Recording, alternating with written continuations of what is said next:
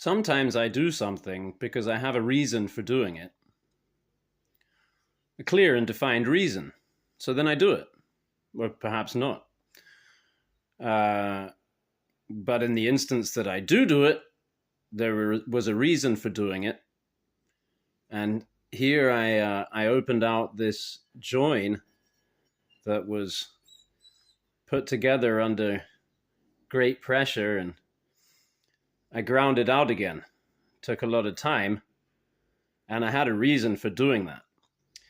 When I look at this, I can see that taking that blade as a straight line, which it isn't exactly, but let's say that it were a straight line, this side of the handle is sticking out further than this side. Really, it looks as though the blade is straight and pretty much aligned with the handle, but it's just off to the left here, or off to the right, as it were, in use. So once I put this onto the wooden handle with epoxy, while the epoxy is still curing, my plan is to hammer this with a carbide hammer and shape it. And I'll see how well that works, and perhaps I'll be able to do some shaping on the whole thing. Because to improve the ergonomics on this, I believe it would be better to have it a little flatter on this side, and this side. And this side will be fairly easy now to flatten out because I made the gap and I'm just going to peen it in with the carbide hammer. Maybe later I can flatten out here as well, and there, and here. I like it kind of squared under the fingers, I think, and around on the back where it meets the palm. And of course, I can do some of this shaping on the metal, but later the whole thing is going to have an epoxy twine wrap that will also be shapeable to some degree, depending on how thick I make it. I wouldn't want to make it too thick because this is already a fairly chunky handle. So sometimes I do things and I don't really have a reason for doing them. And so with this same case in point, with this same case in point, I got shmoo on my ring. No, it's on my finger. This gap, I ground it mostly with a Dremel. First, I went in with the wheel, with the 3-inch grinding wheel, and just ground off because it was really not, it was uncomfortable. There were these little lips projecting up here that, although they would give you a bit of grip, they weren't very comfortable, and they were disrupting the ovularity of this handle. So yeah, ground that down as a preliminary, and then went in there with the Dremel with the grinding wheel, and it was taking forever. So finally I went in here with the angle grinder up to about here, and then I finished it off with the Dremel. And while I was finishing it off with the Dremel, I was thinking, well, look, all I'm getting is the same diameter, or the same width of gap. It's just rough down here. And up here where I went in with the angle grinder, went straight in 3 seconds, right? And the rest is maybe half an hour with the Dremel. And so as I was finishing it off, I was thinking, why am I doing this? I know I like to go slowly and so forth, but at this point I've established, I've made the well. I know that I can just finish this job in a couple of seconds with the angle grinder, but instead I'm here taking another 10 minutes with the Dremel. Why? And so in search of some justification, I reminded myself of a little theory I have that I would like to share. A nascent theory. Doesn't really have anything to do with this project in particular, but it has to do with all of my metalworking projects and so forth. And I would also like to share that I'm clearly not an expert, not a metallurgist. And nevertheless, I believe that it is possible to form an intuitive understanding of metal and how to work with it. And so I have a couple of anecdotes to share in that regard. My father taught me how to tighten a nut onto a bolt. And I was well into adulthood before I heard that there was such a thing as a torque wrench. And I have used a torque wrench a couple of times ever. But generally, I feel that there isn't that much need for a torque wrench if you are familiar with metal.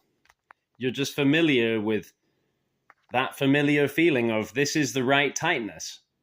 And I just feel like I picked that up as a child when you learn things easily, right? My dad explained to me, you need to tighten it down so it's the right tightness. And you can feel it. He explained it to me as you can feel it, right? You tighten it down as far as it kind of easily wants to go, and then you work it a little more from there until you say, that's just right. And you know. So like Jacob B. Peterson has a micrometer built into his eye. I believe that I have a probably fairly inaccurate torque wrench built into my wrist. So there's an understanding with metal that is formed through experience of working with metal, obviously, right? To get that, you don't need to go to school, and going to school wouldn't help. So here's another anecdote. My family at one point were located in Africa, in West Africa. And this was before I was born that this story took place. But my parents were driving around in their Volvo, and somewhere pretty remote, they hit a big rock with one of the wheels and put a big ding in the wheel. So they got the spare on there, and they went to the local village, the closest village or town where there was a blacksmith. And they handed that wheel off this Volvo to that blacksmith. And he was apparently an enormous man. And so he picked this wheel up in one hand, he squinted at it, and then he picked up a massive hammer, and then he smacked that wheel, and with one blow of the hammer, he returned the wheel to its former shape. As close as could humanly be achieved, because of course now you've stretched the metal a little bit, but if you had to hit it 2-3 times, now you're really messing up that wheel. He had to hit it once, and hit it just right. And so that's that story. And so back to this thing with the Dremel, right? Or many times that I'm working on blades and I take the long route or the long route, or I do something that actually, if I'm doing this with a Dremel, not only is it taking a lot more time, it's actually putting a lot more stress and FU into the metal, because you're heating it up more, it's vibrating, it's screeching, and then the Dremel kicks in, digs in, and it, and so then I'm thinking, well, that's doubly stupid of me to be doing it this way, isn't it? But this is where I remember my little theory. It's just a theory, right? But, hot topic, Nikola Tesla. Right? Tesla,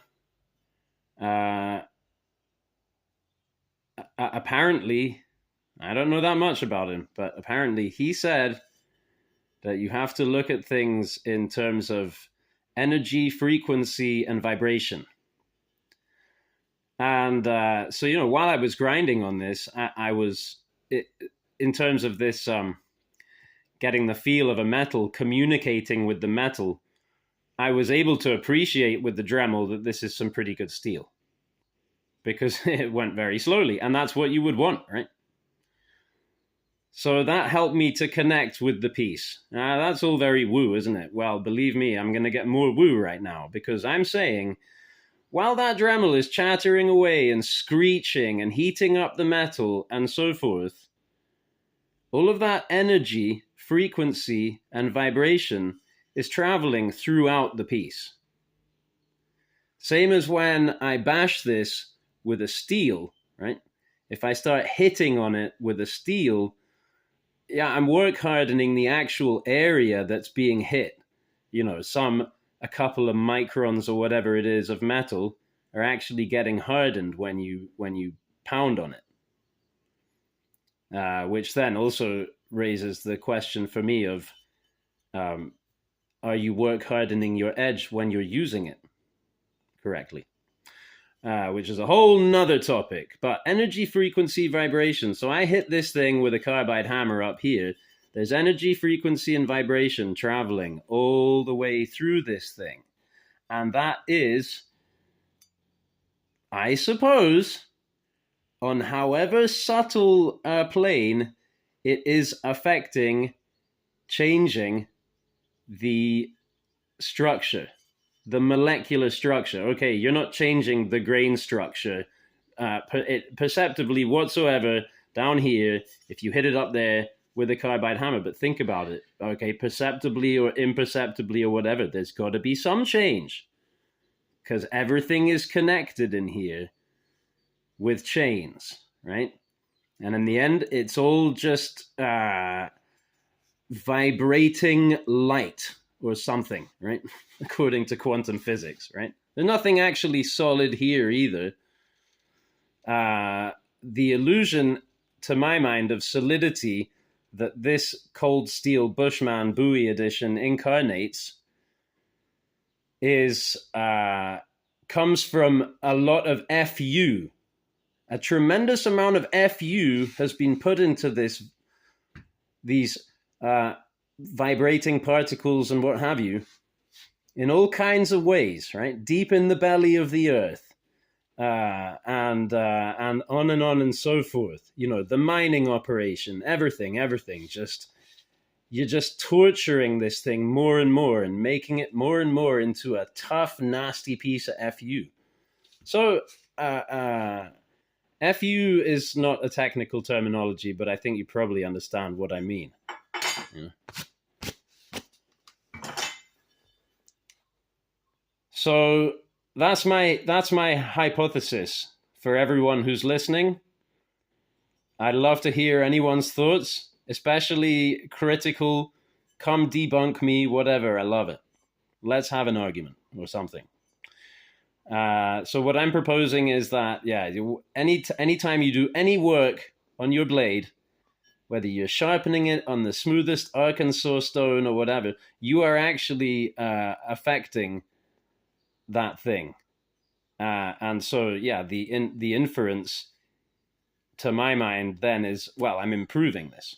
I'm making this into the metal all the way through this piece is being subtly improved through all of the extra added attention. You know, it's vigorous attention. Thanks for listening.